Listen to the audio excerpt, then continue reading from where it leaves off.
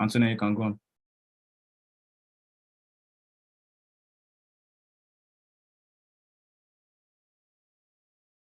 You are currently muted, Antonia. Sorry about that. Hello, everyone. Good day. I trust you're having a great weekend. It's a pleasure to have you all on board for this month's edition of our EIT webinar, and it promises to be exciting and insightful. We have on board today professionals, tech professionals who understand the rudiments of building a career in tech. And guys, believe me, they know the in and the out of the tech ecosystem. And today we're privileged to share in their wealth of experience. This month, we'll be talking about unlocking your potential, building a successful career in the tech industry. Now at Echo Institute of Technology, we're focused on building an accelerated excellence and an employability ecosystem. And one way we achieve this is through our training programs. So we run training bootcamps around product design, product management, data analysis. We have business analysis masterclass and so many more programs. To find more information, you can visit our website, echoinstituteoftechnology.com. Now, not to take more of our time, let's get into why we're here today. Please, everybody, join me to welcome our guest for today. Today we have Omolara Dada, a product marketing specialist at AnyPay. And also we have Mr. Noah Olatoye, the CEO of Instinct Hub, joining us today.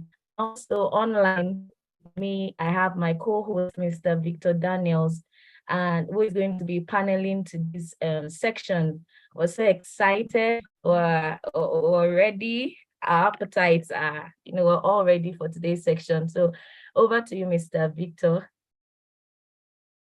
Yeah, thank you very much, Antonia, for that.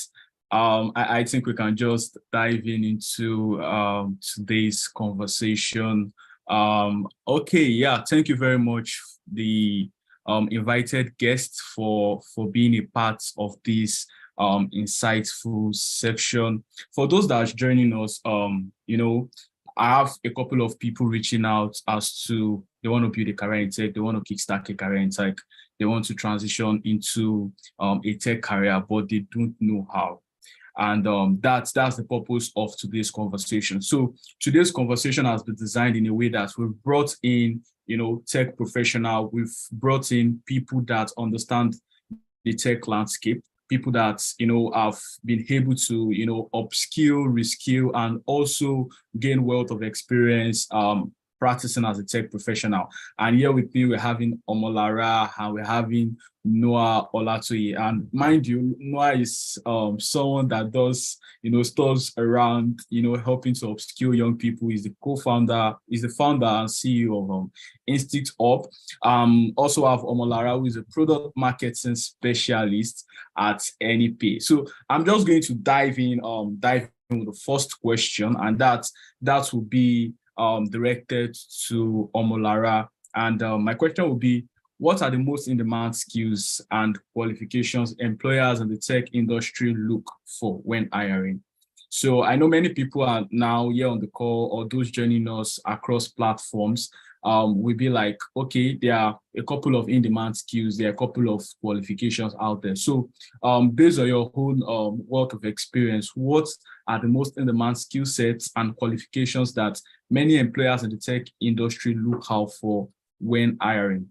And then you can then help us with how can individuals, those joining on the call, those that are looking at how can they transition, how can they acquire and enhance these skills? Thank you. All right. Please confirm that you can hear me clearly. Yeah, I can hear you clearly. Perfect. Okay, awesome. Good evening, everyone. My name is Omolara, and it's nice to be here. And I really hope that you gain value from this webinar. So to answer your question, right, I think that things have really changed. And right now, tech is the new oil, and a lot of people want to get into the tech space, right? And I feel like this question is, something everybody has an idea of. But just to reiterate, I think that, of course, at this day and time, we're seeing the need for a lot of data, right? Data processing, data analysis, and all of that. So for some of these skills that are relevant, for example, I started out as a social media manager, and I worked in a marketing agency. And if there are people who are familiar with how social media management works, it would interest you to know that even when, as a social media manager, it's very important for you to pay very good attention to your analytics, right? How are you performing? How are your posts performing? How's your content performing? And so on a weekly basis, I still find myself going to look at the analytics dashboard of some of these social media channels and actually calculating what was my reach for the past week, what was my impression for the past week. And I'm doing calculations and dividing and trying to see what spiked and increased this week. Well, all of those kind of things. Like even to something that might look as easy as social media management, there is a sort of analytics involved as well. So I would say that one of those core in-demand skills right now is data analytics, right? Another thing I've observed, which has been a trend in the past couple of months, is that the more we are getting into tech, the more people are entering into this space. There's also has been a lot of discovery around how that there are a lot of cyber threats among us, right? Like we're seeing people who I saw a thread the other day about how unsafe some of our banking apps are, how easy it is to hack into some of these systems and all of that.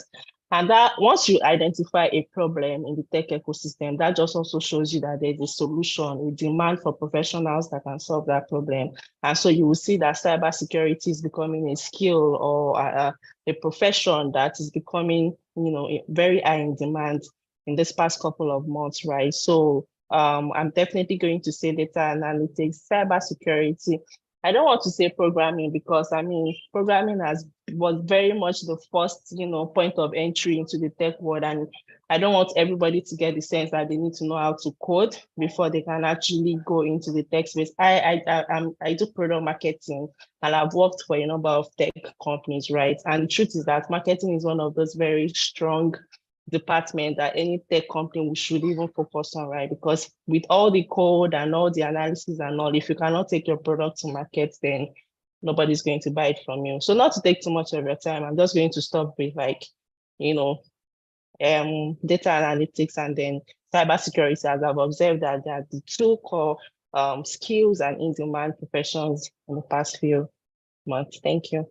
Thank you very much for that, Omolara. I think that was heads on data analytics, product marketing, and a couple of all that. Yeah. So I have a couple of even job role that requires you to have a data analytics skill set, like even a product manager. So I've seen product managers even going out there to upskill in the areas of data analytics because it's important.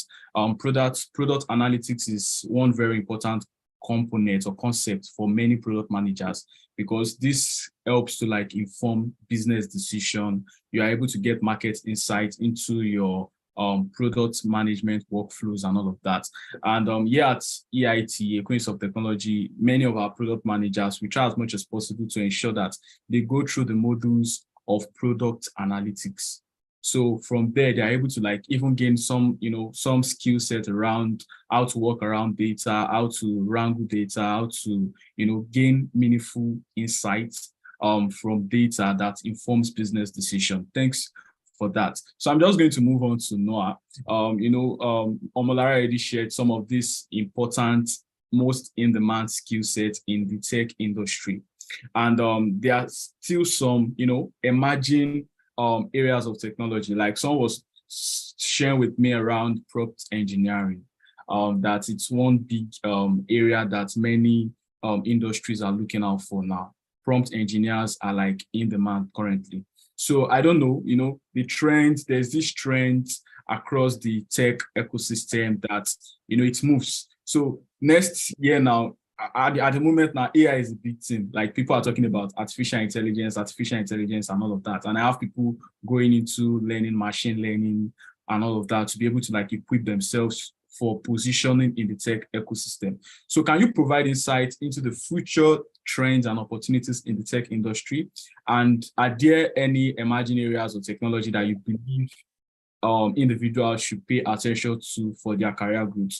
Just like how Omolara shared around data analytics and all of that. So it's just, what are these emerging areas of technologies that you believe we should pay attention to, and what are those future trends and opportunities in the tech industry? Thank you.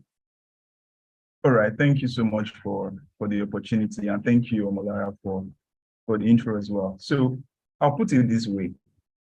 Sometimes I think is for newcomers, when you hear all of these terms, when you get to hear people tell you all of this emerging technology, it has a way of sort of like making you feel intimidated, So, and I think I would like to address that.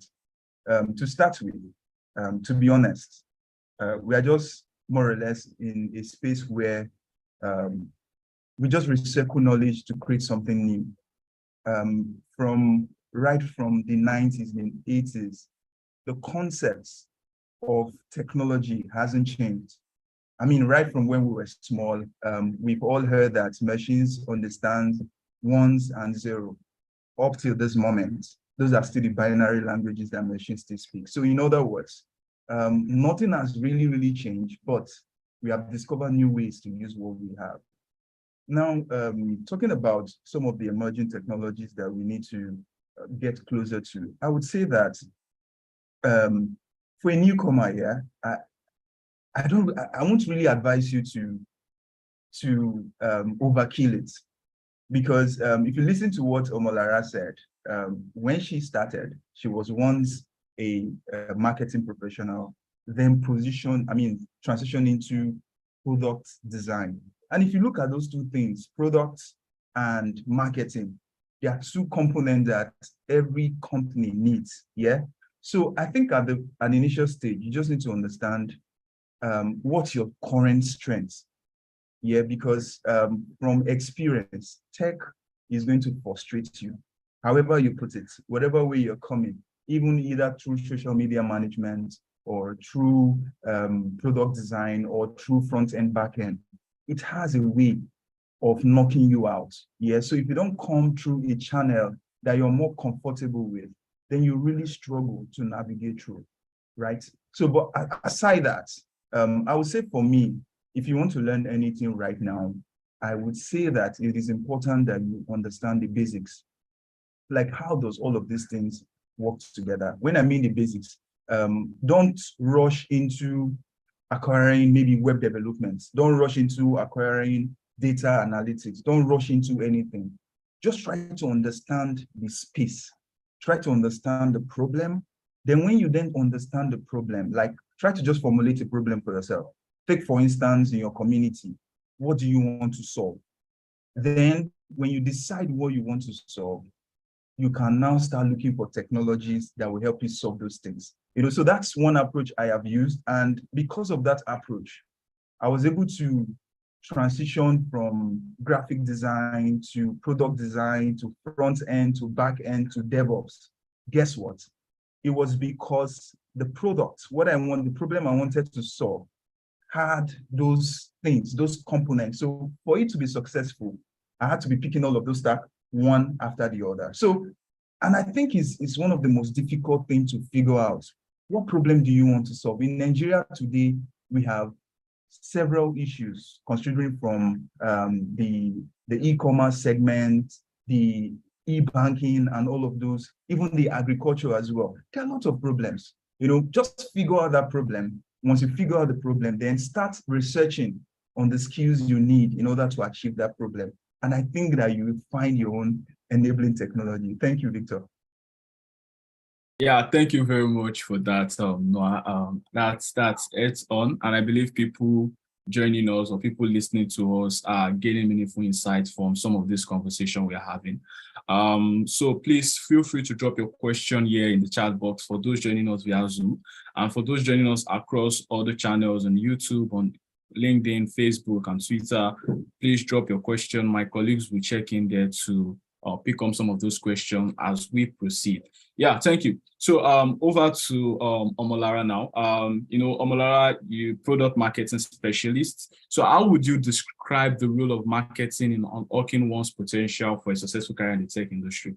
I know Noah already spoke around stuff on how some of all these things get interconnected. You have a background in marketing, and now you're doing stuff around product marketing and a couple of all that. So what do you think? Because I see marketing as a very, very, very important skill set.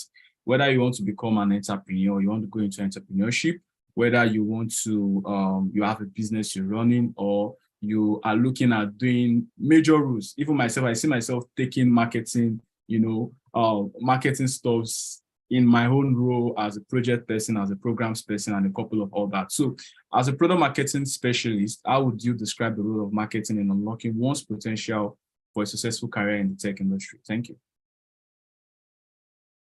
You're currently muted. Okay. Yes, I've seen that. Thank you very much.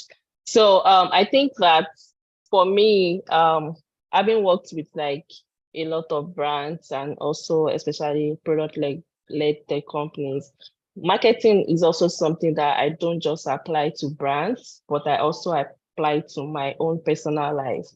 So just like I treat each of my brands as a project, I also treat my life as a project. So as a marketing professional, how can I apply some of the things I apply to my brands, to myself, in order to ensure that I have a successful career? And this is a lesson to everybody listening, right? So one of the things that having strong understanding about on marketing does to you is that you understand that for every brand to sell, for example, any product to sell, you need awareness, right? Once you get to awareness first, before you now start thinking of people considering your products and then to the point of conversion. So apply that to you. You want to build a successful tech career. One, you need to create awareness for yourself, and awareness in the other way around, where you're actually interested in what you want to pick, right? So creating awareness for yourself, for example, means that you want to be visible. You want to be visible enough to be able to unlock some network, some opportunities in the tech space, right? And one of the ways in which you can create a strong brand awareness for yourself is to ensure that you start building your personal brand. And one mistake people make is that, just like Noah said earlier, is number one, don't feel intimidated. Don't feel as if you need to know. For example, say you want to become a professional in cybersecurity, for example. So you are now at a place of learning. Maybe you give yourself 6 months to 1 year to learn all that you can, take some examination, and then you now become a professional. So you are then waiting for the end of that 6 months or 1 year period before you now come and say, oh, hi, everyone, I'm looking for an internship. I'm open to opportunities. I've successfully learned this and I want to take over the tech space, right? You might find it very difficult to do that if you are coming to create awareness at the end of your own learning curve. So one thing marketing makes me understand, which I've also applied, is that even right at that point where you have made a decision to go into tech, that's when your awareness should start. That's when you should let people know that, oh, for example, choose whatever social media channel is comfortable for you, where you know that people who are in line with your set profession are very popular in, say, Twitter, say LinkedIn. For example, I use LinkedIn a lot, right? Start creating awareness by telling your story. Oh, I've decided to learn cybersecurity, guys, and blah, blah, blah, blah, blah. By month 2, say you've learned some things. Oh, this is how my cybersecurity journey is going. In month 1, I learned how to do this. In month 2, I learned how to do this, blah, blah, blah. By the end of month 6, you're like, oh, I'm 6 months into. Basically, what I'm trying to describe is that you're taking yourself and other people on a journey to actually seeing how you are coming to become an expert in your chosen field. So you're even building brand authority. You're building thought leadership from the very first place of, making a decision right up until when you become a professional. At the end of your 1 year learning curve, you then decide that, oh, I want to get a job. You go online and say, oh, hi guys, I've been on this journey for the past 1 year. Now I need a leg in. are there any opportunities for me, internship roles or entry-level roles for me to actually put to use everything I've learned so far? Trust me, a lot of people who have followed your journey will be more interested in hiring you because they've seen a track record that you've actually put in the work. They know where you started and they know that over time you have come to give updates about what it is that you have been doing, right? And then before you know it, even if they are not the ones to give you the job, they can help recommend you to any openings or other opportunities that they see. So marketing is like, one of the key elements there is that you need to build a personal brand for yourself. And don't wait until you become that tech expert or professional before you think you want to start building a personal brand. Start building it even from now, from the point of when you are learning up until, it's a journey. There's no destination. So, just start building from now and then go along with it. I would love to say other things, but I think that just this particular point, as I've seen it work for me, I share my story over and over and all the jobs I've done or everything that I've done in the course of my career, referrals, all of that is basically because people know me online. They know my story. I've met people in real life that tell me that, oh, I know you from LinkedIn. You post this, I'm like, oh, interesting. Just because, I'm able to build a personal brand by telling my story. So that's just one important thing I would like us to take away. Thank you. Oh, wow. That's incredible. Thank you very much for that insight, Omolara. That's Edson. Talking about putting yourself out there, talking about how you're able to, market yourself, even going into the tech industry and all of that. So I'll just go on to the next question, which is directed to Noah. I think Omolara already mentioned a bit of that as regards putting yourself out there. So what are some of the effective strategies for building a professional network within the tech industry? So I think this is something quite a number of people don't know how to go about. That is, how can they build strong professional network? I've seen many young tech professionals gain quite a number of opportunities, either job opportunities, internship, and a couple of other, just by putting themselves out there, which is, how they're able to build a strong professional network. People are able to identify with them that, oh, I know this guy is very good when it comes to aspect of cybersecurity. So how can networking contribute to career growth and advancement? So it's of two. How can they, leverage strategies for building strong professional network within the tech industry, and how can networking contribute to career growth and advancement? Thank you. All right. Thank you for that. So let me put it this way, yeah. When you're learning or when you're about to embark on tech skills, I would advise that the last thing you want to think about is profits. The last thing you want to think about is making money. Let me make it straight. There's this thing, sometimes when people come to me, if I learn data analysis, sorry, how much will I be earning? You could see that the first thing like they want to just imagine first is, how am I going to cash out of this skill? Yeah. So, and that becomes an embargo at some point, because for you to be able to make sense out of anything, any aspect of tech at all, you need over a year, right? You need consistent learning over a year. So if you start having the mindset of how much from the beginning, trust me, you're going to stop it and maybe you start selling shoes. I'm not saying selling shoes is bad, but you can easily drop it, because you get to see that it's not just about the money, it's about the community. Now, let's talk about how, or let me even first address what is at stake. In fact, whether you're in tech or not, what is at stake when you don't have good network and quality connection? I'll just give you examples so that you get the gist. I needed some skill sets, so we needed to interview some set of people. And after we've done all the paperwork, we were at the point of validating the users, the people.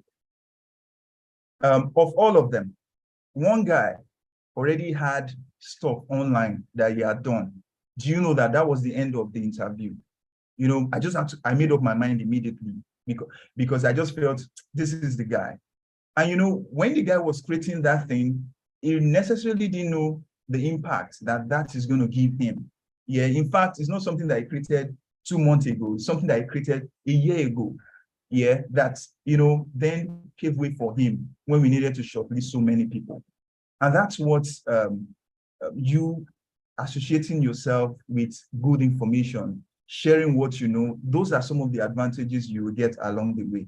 So put it this way, the moment you don't share what you have, you're just more or less limiting your level of validity. Like when people want to validate what you're saying, trust me, I know that after this conversation, some of you will go online to check me out, to see what I'm doing, just to validate me as well. It's normal. Yeah, when you hear people talk, in fact, there's a say that when people say something, they are not always what they are. So people always want to go fall back somewhere to confirm that, oh, this guy said he can build XYZ. Can I see what he's done before? When they ask that question, they are doubting you already. So when they go to check, let it be that whatever they are seeing will seal that idea, will seal that contract. And of course, laughter will come at the end. But let me share 4 tips on how you could make this happen. To be honest, when I was learning front end, I had to edit my LinkedIn description almost every 2 months because I said there that I was a front end engineer, but within me, I know that I'm not yet there. Like, I know that the skill is not enough, but I put it there. My conscience is not telling me, guy, you don't know this skill yet. Go and remove that thing. Pull what you know. But I was aspiring to be there, and I made up my mind that that needs to be there so that I must make it true. It became a motivation. Now, I'm not saying you should go live on your social media and do, but I'm saying that you need everything to motivate you towards acquiring that skill you need to achieve your aim. Now, 4 skills or 4 tips that I would tell you guys. I even wrote a blog about it this week. I think Feynman technique, Richard Feynman technique. He has about 4 things that I recycle all the time. Sometimes when we think that we don't have what to share, the truth is even we don't have clarity of what we want to do. Yeah. So if you really want to start engaging online and you want to start building quality network, it is important that people perceive you as you go. And put it this way, when you start learning, maybe you start learning front-end design, for instance, it comprises of HTML, CSS, JavaScript, at the basics. Let's even forget the frameworks. Now, when you pick that, the simplest of all is HTML. There's always a say or controversy between the industry if HTML is a programming language or not. Trust me, don't care at this level. But imagine you know HTML. As simple as HTML is, it's like heaven to others. There are some people that when they see HTML tag, they're like, see code, I beg. In fact, I've seen someone who saw HTML tag and was praising it in my mind. I'm like, I didn't mean this guy had known that this is the most simplest part of this. He would have, not really hyped this. Some people don't know the small things that you know. Some people don't. So how about you just sharing what you know and let those who have ears hear you? Don't even care about whether people are going to applaud you or not. Yeah, so long as you're getting better. I think that's the most important thing. I remember when I shot my first YouTube video and I shared it on my WhatsApp status. What one of my friends just told me was that, guy, why is your mouth too heavy now? Are you scared of the camera? You can't even speak well to the, to the mic. And I was like, oh, does this guy know how many times I tried to shoot just that one video, but I just laughed over it. And guess what? Today, I could stand over cameras again and again and again. If I had stopped because that guy threw me those punches that time, then, that would have maybe been the end, okay? So it is important that you also know that when you put out some of these little content of yours, some people will tell you, they will even show you typos. Some people will even tell you some awful things.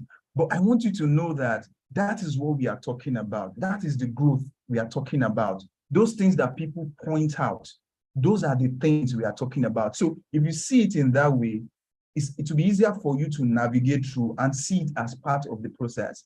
If you have any conversation with Omolara in terms of product design reviews and all of that, and how they get, all manner of blows when they build something and sometimes doesn't achieve his aim, you really understand that there's no point at the tech space that you won't be receiving one blow or the other, just that some might be heavier than the other, and at every point you need to adapt. So tip one, just quickly, make sure that you just identify a very small aspect area that you want to learn about. I'm talking to you now how you can start sharing something immediately, right? Just think about one space. It might be that you even want to improve your communication skills, your ability to properly write correct or motivational. That can even be your first goal. When you think of that, now once you identify that, you know that your goal is you want to be able to write properly. Any concept you learn from that, you get from that very clarity, the next thing you want to do is you need to teach someone. Look for someone to teach. In fact, call somebody, explain to the person. Let the person tell you anything. You just want to have a sense that the person can understand what you're saying.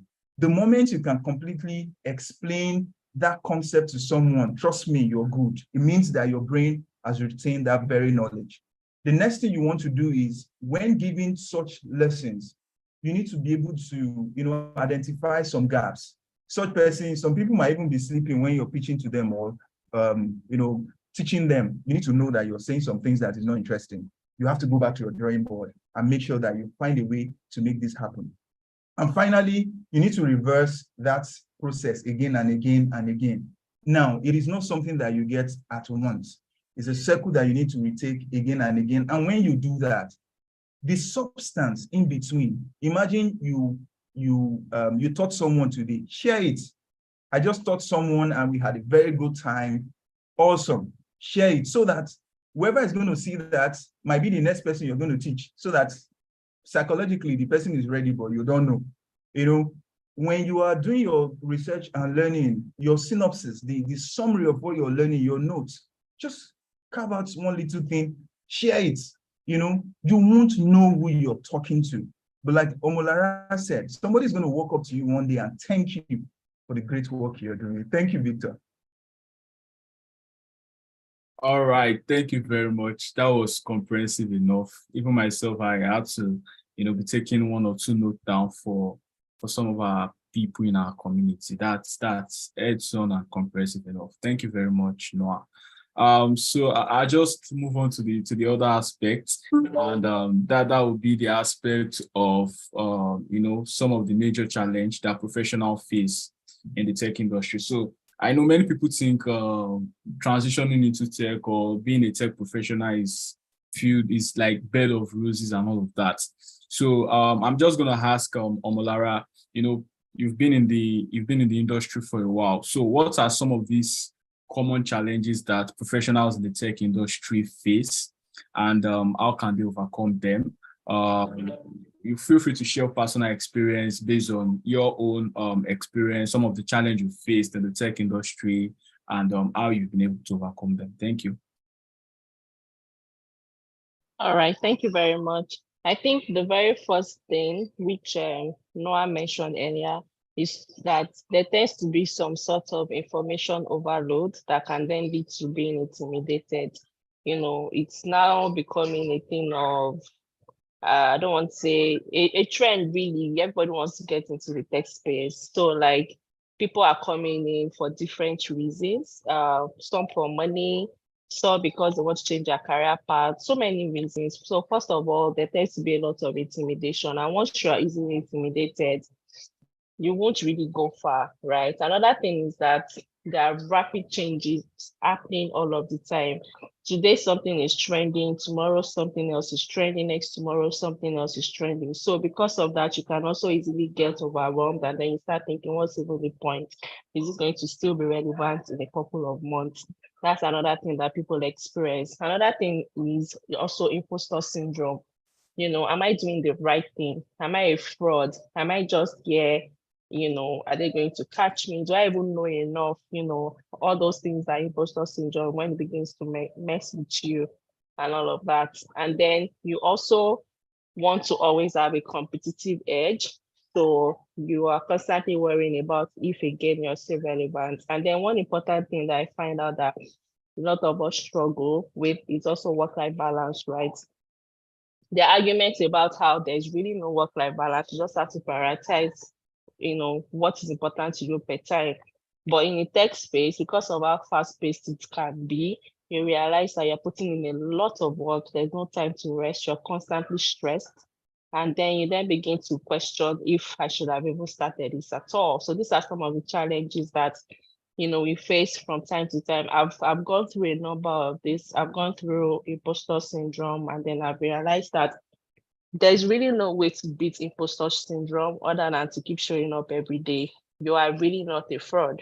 That's the truth. You're not a fraud. You know what it is that you know. And one of the ways to validate what you know, like Noah mentioned earlier, is to actually teach it to someone else, write about it, talk to someone about it. That's when you even begin to realize that, I sabi this thing. No, that's just the truth. Because if nobody gives you your flowers, those are the ways you can discover that you're actually good at what you do.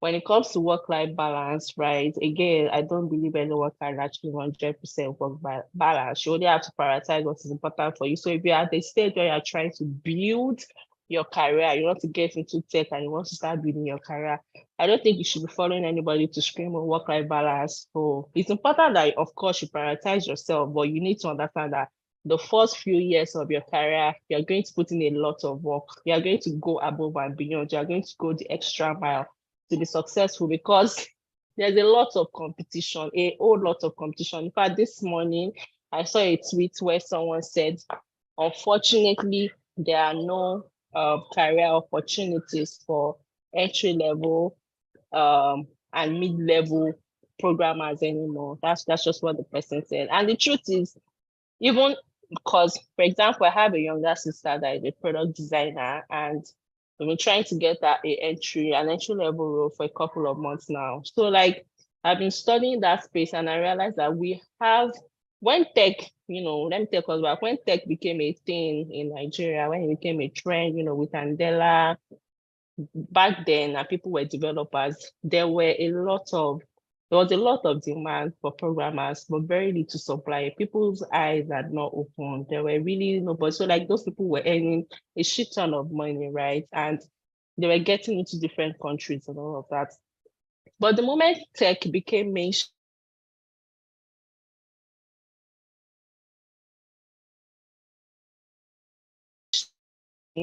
more people were. So we began to have a lot more Andelas in the form of old school, so many boot camps began to come. Let's train you. And what we realize now is that we have more jobs. We have less jobs and a lot of people. So now supply is way more than demand, right? So that just goes to tell you that you need to keep your competitive edge. You can't even relax, because as you're trying to say, I've settled into this thing, another new software, another new program, ChatGPT, Midjourney, something AI, something.ai, everything is just coming into play. And the truth is that anytime there's a new AI, for example, say, AI is coming for your job, blah, blah, blah, blah, blah. I'm usually not even scared, because AI cannot write the way that I write. AI does not have my stories and experiences, but what I would not do is to underestimate how much that AI can actually help me in the work that I do. So I would definitely, still concentrate on learning it and applying it to what it is that I do, right? So a lot of challenges, in the sense that now demand is way less than supply. We have so many tech professionals, programmers, designers, people looking for what to do. They've learned this thing, they've gone to all of the boot camps. So what exactly is going to set you apart in order for you to have a successful career? Now is no longer expertise. You now begin to look at all those other elements. Networking. How do I move with the right people that know the right things to do or know the right jobs? Building my personal brand. Am I sharing my story? Do people even know who I am? Do they know I'm looking for a job? Do they know what I can do? That's also where that one comes in. Events. Okay, what's happening out there?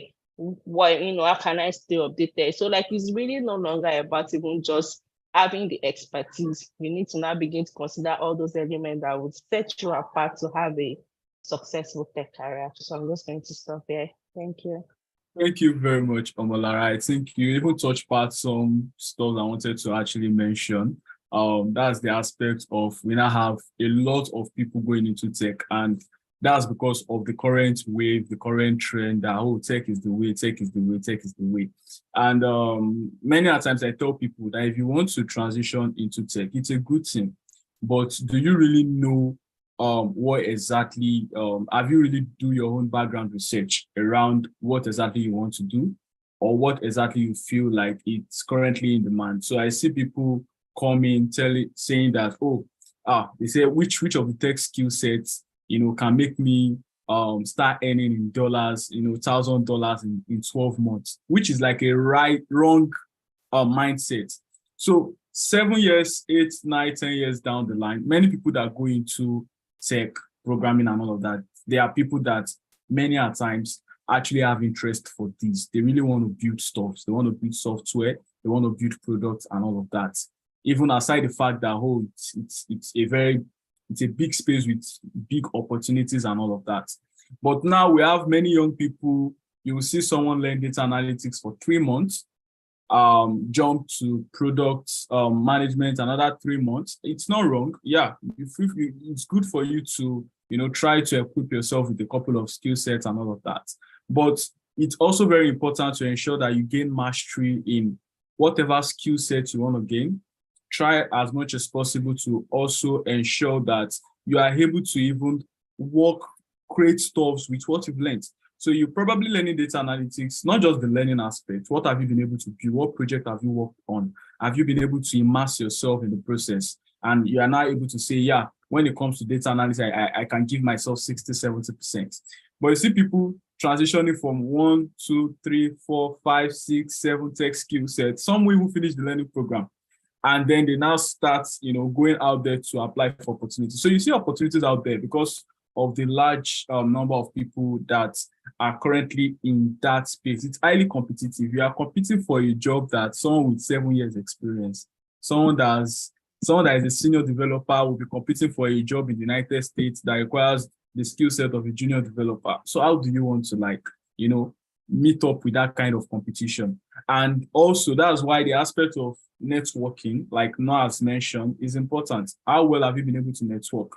How well have you been able to refine and build a portfolio to put yourself out there? Because many a times, hiring manager or those that are looking at hiring top talent are looking at what you've been able to build, not even the certification and all of that. And thanks for mentioning all that. So regardless of the fact that there are myriads of opportunities in the tech ecosystem, it's also very, very filled with large number of young people that are looking at transitioning and also looking at, looking at getting that same opportunity you also want to get. And that's why you need to try as much as possible to build your portfolio, build your self to, to stand out and be, far, far, far better than your competitors out there. So I will just go on to one very crucial aspect when it comes to, building a career in tech, or you're looking at even accelerating your career as a tech professional. And that's the aspect of mentorship.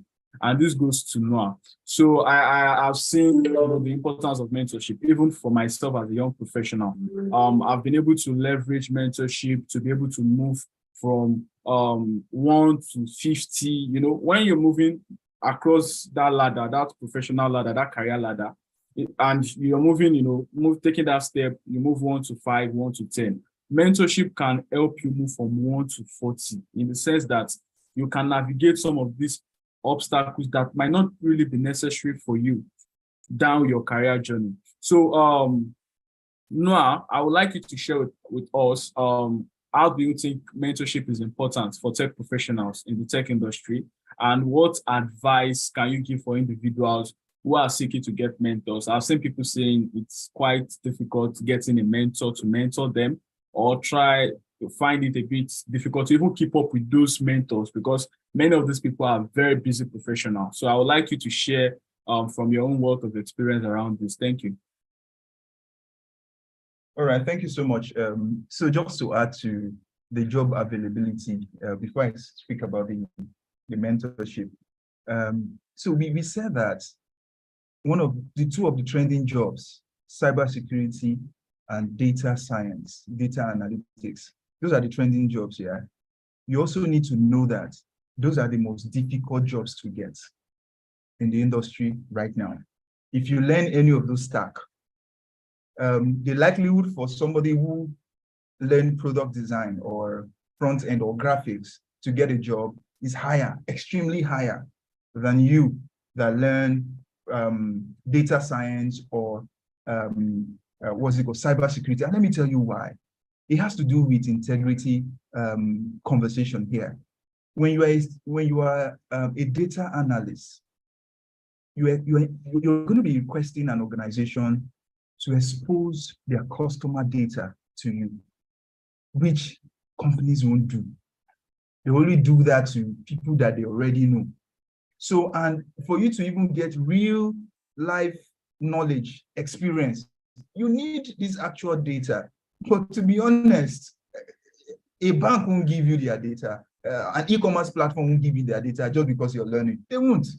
Yeah, so it's very hard to get a job when you learn any of those stuff. Now, I'm not saying it's not possible to, but you just need to know that you need some time to build relationship that, like we've been saying, before somebody will then now recommend you, oh, I know that guy, you can trust him, before you'll be able to get the job. Secondly, for a cybersecurity person, imagine every system might have one loophole or the other. Are you saying because you've learned for 3 months, an e-commerce platform that process millions of payments will entrust you with the architecture for you to get out vulnerability? Of course, you know that's no. So it takes time. So if you want to venture into any of those two, you need to know as well that you have to leverage on the community. You need to attend events. People need to recommend you before you're able to make good fortune out of it. Now, let's go back to the mentorship. Getting a mentor can be very difficult, and also mentoring someone can be very difficult, but this is how I look at it. If you're a mentee, if you're somebody that you need help and you're looking for somebody to mentor you, you need to understand that you cannot be an extra burden to the person you are interested in mentoring you. In fact, the moment you become a burden, the person might not just even respond to you anymore, right? Because guess what? At every point in everybody's life, we'll have one headache or the other. Everybody's going through something. If you talk to Victor right now and he tells you what he's doing under the hood to get some things right, you will know everybody have targets, everybody has something. So once you have that at the back of your mind that you're the person you're approaching to have something, in fact, that person too is looking for a mentor, so it has a way of connecting. But I feel one thing we need to do, or we need to have at the back of our mind, is simplify your request. Don't walk up to a mentor and say, please, I want to learn a tech skills. I want to learn a tech skills. Can you help me? That's so ambiguous, like that's so vague, But imagine, and let me share you guys one experience. When I started Instinct Hub, and I felt that things were not working, like things were working, but I just felt like they were not the way it is. And I was asking myself, what can I do? So I just said, okay, can I just reach out to someone who had achieved what I'm about to do?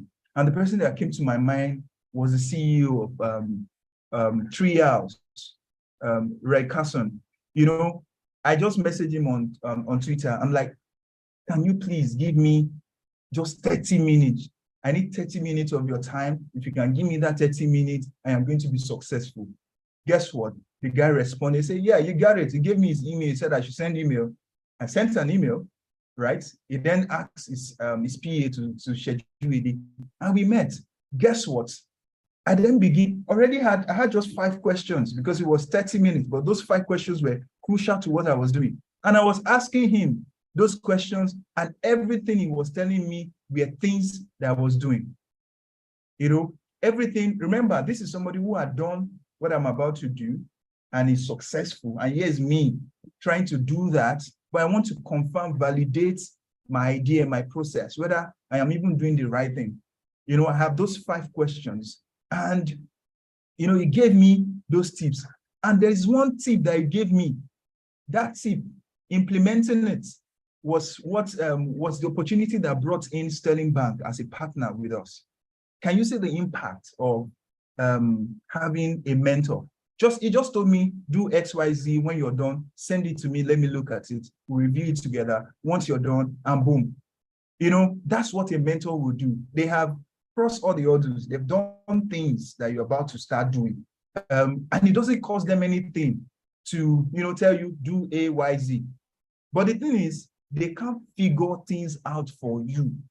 You know, a mentor is not meant to help you with the problem. No, a mentor is meant to help you solve specific problems. So in other words, if you have something or you're doing something and you need to validate, just make sure that you write those things down and ask yourself, right? Are these things that I even know by myself, or things that are confusing? And when you post, you know, people like to share knowledge. You know, myself and Omolara, we are here sharing with you. People like to share, they like to express themselves. So give mentors the opportunity to share their experiences with you. And in those experiences, you're likely going to get solutions to help you going forward. Now, talking about from the mentor's perspective, I just spoke about someone looking for mentor and how you can effectively, you know, plan to meet them so that it is more productive.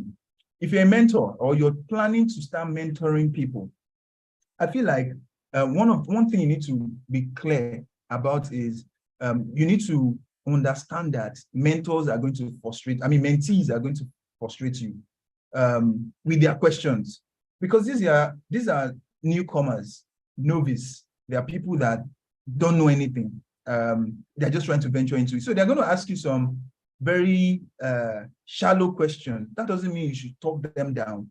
What I do oftentimes is I recommend them to how to think further. So in other words, somebody comes to me with questions that he's not supposed to ask, I'm going to make sure that I tell that person how to get that kind of answer, because by doing that, you're more or less saving yourself time for another time, you know. So pretty much helping people is very huge.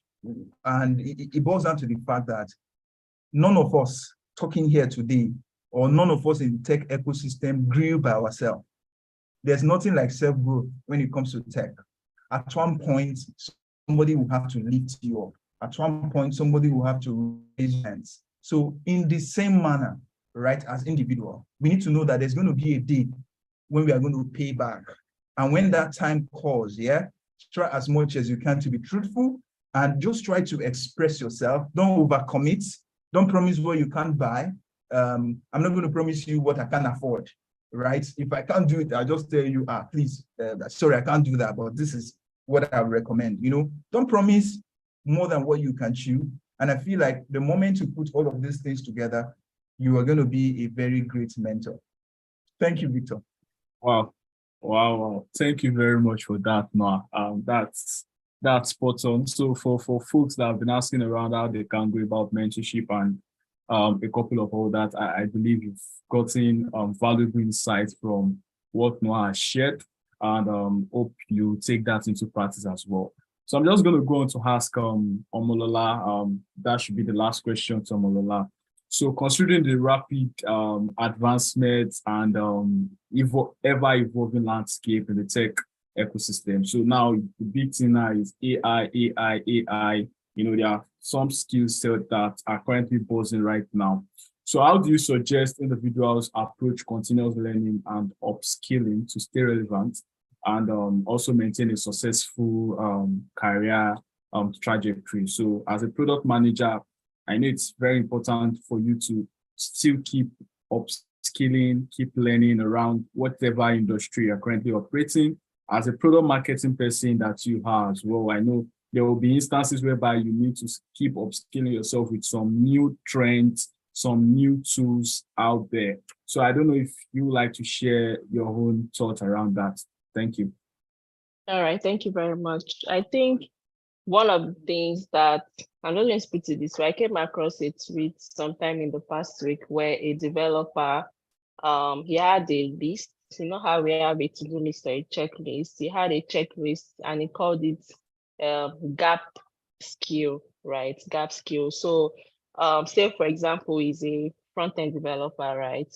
He was able to, what the gap skill basically was, is that he identified some of the new things he wanted to learn, and he gave himself a year to learn them. Because as mentioned, there are a lot of rapid changes. And if you decide to put your nose into every new change, you end up getting lost and sometimes even confusing yourself, right? So on that list, you have something like maybe I want to learn React, I want to learn Python, I want to learn how to present and communicate better. I want to learn how to. So sometimes your gap skill or some of the things that you even need to learn, they're not even hard skills. They are not the core software, depending on what you're looking to learn. It might just be how to present better. Maybe you want to learn data analysis. The truth is you need to be able to not just clean data and group them and make them fine. You need to be able to, discuss and present with clarity what your insights are from the data that you have been able to clean, right? That might be what you need to learn. And you may need help in collating these gap sheets. So by yourself, you can do a reflection and begin to identify some of the things that you think that you're not great at yet and write them down. Then another trick is to go online. For example, there would be somebody who has excelled in that space that you have picked. And that's just the truth. Excuse me. So I would usually go online to LinkedIn. I will identify one or two people who are already at the top of their career or they're doing extremely well in that field. I will now take a look at their profile. What do they have that I don't? I go to the skills session, I go to their certification session, I go and look, oh, these people did certificate in marketing, they have CIM, fantastic. Oh, this person has certificate in this, fantastic. I note it down because if this person has got to the peak of their career by amassing it, that means it's important, right? I also note that down and add it to my gap sheet. If you're currently working, another thing you can do is to speak to your line manager or someone that you report to and say, oh, hi, can I have a one-on-one with you? The purpose of this meeting is just for you to help me identify what am I doing currently at work that you think I can improve upon. It might be in area of reporting, it might be in writing, it might be in communicating, it might be in a core software that you don't really know how to use yet. Let your manager also help you write it down. If you have a friend that sort of is close to you, professionally in the career space, you can also seek their opinion. Oh, my friend, how far? What have you noticed? How do you think I can be better in the way that I do my work? So once you've collected suggestions from these people, you now put everything in your gap sheets, then give yourself a time frame. There's no need to rush. It's your life, it's your career, it's something you want to excel at. Better for you to be great at it than for you to do so many things in a short period and then you are still mediocre. And at the end of the day, people are talking about the thing and you still cannot say something tangible just because you are in a rush. In 6 months, you want to learn front end, back end, not to be a full stack engineer. You not quickly learn, go to Retriever, do 3 months of boot camp here. Another boot camp is here. Let me even share a very practical story. So another way you can even learn what you like or what tech career you are interested in is to do an online course about it. That's one trick I do. Once I start an online course in a particular field, and in 2-3 modules in, it's not sparking my interest or it's confusing me. Like there's confusion of when I read further, I will understand. There's confusion of I don't even know what's going on here. I don't even think I can understand. That's when I just know that, this is not for me, right? At some point, I said, oh, what are they even doing in front-end engineering? Then I need to put my head inside. So I got into a boot camp. I'm not going to mention the name. I got into another boot camp 2. I got into another boot camp 3 because I was very eager. I wanted to know. I wanted to really learn. The first boot camp was too fast-paced for me. I mean, I'm working 9 to 5 and there were classes every day, assignment every week, group assignment. I'm like, what's happening here? Please, I left. I focused on the remaining 2 boot camps and I was learning simultaneously, doing my 9 to 5 learning. I would set out time in the middle of the night to catch up on my courses, do assignments. I can assure you that at the end of 3 months, I could only design 50% a landing page. That is not fine, but at least all the elements are there. The header, the design, and the footer. That was all I could do. And at the end of that, I was just laughing at myself. I'm like, you are better than this. You know that you are good, but you know that you don't fuck up. Because the truth is that I was thinking, how much dollars? Let me to code now. What's there? Well, there's a lot of things there. That's the truth. I couldn't have learned it in 3 months. Because as I was learning, I was now like reaching out to people. They're like, you still have to know React. You still have to learn Python. You still have to. In fact, when I got to JavaScript section, that was when I gave up. I said, no, it's not me, it's not you. I'm not doing it again. Marketing, I know marketing. I know it inside and out. I am an expert. Let me stay on my lane. But again, now it's a funny experience. I can share it. It wasn't really funny at the time because it was like, now there is no profession I can even say, it's simple. It's simple. I just do 3 months, you will learn it. It's a lie. They're deceiving you. You can't do 3 months and become an expert. The best you can do is to learn the basics and the foundation, and you begin to build on it. I was a failed front-end. I would not even apply for a job, obviously, because, and that's what some people do. They'll go for those boot camp in 3 months, they'll pad their CV, pad their LinkedIn, and start shouting, I need internship, I want to work. Okay, now they give you an opportunity. Okay, design a landing page, and it's ugly. Then they sack you, and then you're back on the street. They say, this tech is hard. It's not hard. You don't know it. You're not good. You won't even hire you. So why should they hire you? Right? So that's one thing I just want to say. Like, give yourself that time, ample time to learn. No need to pack everything. Yes, continuous learning is important, but it also has to be impactful. So give yourself grace. Give yourself time to grow, to become an expert in whatever it is that you're doing. So I'm just going to stop there. Thank you. Thank you very much, Omolara. Really on spot for that. Yeah. So I believe many of our audience, for those joining us on Zoom and for those joining us across all platforms, you've gotten a lot of valuable insights from this section. Although we have, time is not on our side anymore. There are a lot of questions to ask, but many of our panelists, Omolara and Noah, try their best to ensure that they are able to cover many of the important aspects as to how you can build a career in tech or how you can accelerate your career being a tech professional. And thanks very much for the valuable insight so far. There are a couple of questions to be asked. But I may not be able to touch many of these questions because these are some of the questions we've already asked, and our guest panelists already gave some clarifications around. But I think there's one here in the Zoom where someone is asking, how can someone taking a product management get internship or job currently, since the competition is very high? I would like, before passing it on to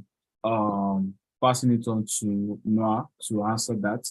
So for product management, I know it's highly competitive, but let me tell you something. Product management, it's that career that I feel like you still need to keep learning, even while seeking for an internship or seeking for a job opportunity, because of how competitive it is. And many a times, because myself, I have done stuff around product management. I've worked on building product as well. I did my product management with product school, and believe me, it's not just, you are done with product management and then you get a job. Even though at Eco Institute of Technology, what we do basically is that after the training program, people work on a capstone project. So from the capstone project, you already have a product already. So whether the product now scale or the product is able to achieve product market fit is now left to you. But you are able to take all the learnings we've given to you to build a product together with team members and all of that. So if you are taking product management, you want to get internship, you can check online. There are a couple of platforms online. You can check LinkedIn. You can also reach out to people. You can start with people volunteering. It works. You can reach out to a couple of startup founders, tell them, I have this, I have that, and try as much as possible to ensure that for product management, because the field requires you to have industry knowledge. So for instance, you want to go into product management, which industry are you looking out for? Is it fintech? Is it the financial sector? Is it mobility? Is it edtech? You get. So it's very important to try as much as possible to narrow your need, to understand the industry very well. So when you're reaching out to someone, you are reaching out as, I know so much about this industry and I have the technical background as well as a product manager. And I think I can also provide value into what you're currently building. So you can reach out to them, check their product, check how you can come in either as an intern or as a volunteer, and they can bring you on board. It might be paid, it might be unpaid. But if you are able to showcase your skill set and showcase that you are good at what you do, definitely from there you can start, building up your career and all of that. This is something that I've worked for a couple of people that have gone through our trainings and boot camp at Eco Institute, and it has worked for a couple of folks as well. And I think you can also try that out. So I don't know if Noah, you also have one or two to share around that question also. Okay, yeah. So I think oftentimes I think that we apply for the wrong job. So you finish learning and boom, it's time to start applying. And I feel oftentimes we don't go to the right place. I'll just share this experience, and I think that should nail it. When I was learning product design, when I felt that I was better, because I think I learned graphics for like I did graphics for like 7 years. I did product design for like 2 years before moving to front end. I didn't realize that, yes, but I don't have a job to do, even though I was currently employed as an IT officer, but not in the product line. So what I started doing was reaching out to people that I know to give me jobs to do for them for free, just in exchange of the fact that I'll be the one to do it. In exchange for the experience, give me job, don't get to pay me. At the initial stage, it was very difficult to get those jobs because people don't want stress. They need to meet deadlines. So, I just kept on pushing, and finally I started getting jobs. And of course, I don't expect pay. But it didn't take long for my instincts to realize that, oh, now it's time to make money. So there's going to be a time for money. There's time for learning. There's time for just trying to get experience, like hands-on experience. And there's now time for making money. And there's now time for improving. When you understand all of those time, I think it will be easier. Majority of us look for jobs so soon, right? Rather than us trying to just lobby around to get some things to do. So when you put all of those things into perspective, I think it's going to really help you. So just to recap, when you're learning any technology skills, you need to understand that it's not something that nobody's going to plant it in your head. You need to train your brain. You need to train your muscles to adapt to that new skill. When you then do that, over time, you then see it come to manifestation. And I think I also still say to Omolara that the fact that you learned front end and you are not successful at that particular time does not mean that you can't try it again. And meanwhile, sometimes, it is not that we are meant to do the actual thing we are learning. Somebody like Omolara now that manages products, with that skill, little skill that she had from the front end, I think that it should boost the way she communicates with the front end guys, which of course, when they say something, she's able to relate. And as a product person, those are the things you need, because backend guy will dribble you, DevOps will dribble you, all of them, she knows what I'm talking about. They're going to dribble you. But guess what? When they know that you know what you're saying, you know what you're doing, you know they are taught, they will treat you specially. And I want us to look at these things with the way we learn skills. Sometimes when you're going to learn a skill, don't even think that you use it to do anything serious. Just imagine that you want to explore, so that even whether it goes well or not, you won't feel too bad. But just have a mindset that I'm going to explore. If you now get to know it at the end of the day, lucky you. If you don't, you have to move on. Thank you, Victor. Oh, wow. Thank you very much for that, Noah. That's spot on. It's been really a value-filled section. Really appreciate. And, this is something we do every month to also help contribute to the ecosystem at Eco Institute of Technology in partnership with Eco Innovation Center. Really, thank you all for staying up to this time. We were supposed to have rounded up by 6. But it's full of amazing energy, and we can't just let go of this knowledge and valuable insights we've been getting so far. So thank you all. I'm just going to go on to Eco Institute of Technology is a tech talent incubator, or let me say a talent development, workforce development institute that is looking at helping to foster and accelerate tech talent. So we are big on also employability. So we train you. We have a couple of partner firms in partnership with us that are looking at getting some of these tech talents. And we try as much as possible to ensure that we are able to provide you with the relevant skill sets and then help accelerate you into the industry. It's not easy as it sounds. You're going to do a lot of work, like a lot of work. So many a times, what we do basically is that we train you to even be able to learn on your own after the program. You want to be a full stack software developer, you can't use a 4-month bootcamp.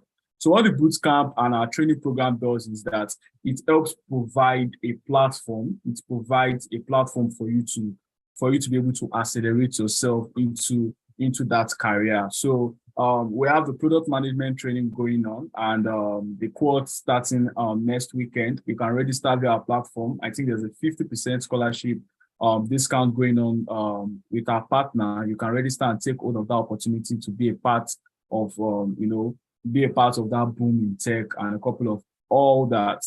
And we also have bootcamp for young folks. Probably you have the young folks, your young brother, teenagers, and all of that. That are looking at starting right from a very young age. I do tell many people that I didn't know, I would have started learning tech when I was like, very, very young, maybe at my teenage age, maybe 13, 14. Maybe by now I've been working with Microsoft, who knows? But yeah, so if you have young folks or you have your teenage brothers or that are looking at learning a tech skill during this summer, you can, direct them to a Core Institute of Technology / bootcamp, and they can register via that channel and be a part of the ongoing or the forthcoming summer bootcamp coming up in August. And you can also be a part of our community, the EIT community, where we provide opportunities, we provide valuable resources for people in the tech industry who are tech professionals, and for techies, tech talents who are looking at, building a career, or for those who are even looking at transitioning from either being, you have your own profession as a maybe medical doctor, lawyer, and you feel like, oh, I need to acquire a tech skill. You can, be a part of that community to get valuable tips, valuable resources in there. Yeah, thank you. So I'll just, go on to thank wonderful speaker today, that's Noah and Omolara, for being a part of this section, being a part of this initiative, willing to give back to the community. I checked Omolara's profile and I was like, wow, she has done a lot as regards, giving back to the tech community, helping young people, to get their foot when it comes to their career professional wise. I also, met Noah, even though Noah has been in the hub for a couple of stores, that's the Co-Innovation Center, and I was like, wow, this would be a great resource for our own community, our own audience, and they were willing to come in here to share out of their wealth of knowledge and experience. Really, really appreciate that. I don't know if any one of our guests have last word before bringing this to a close.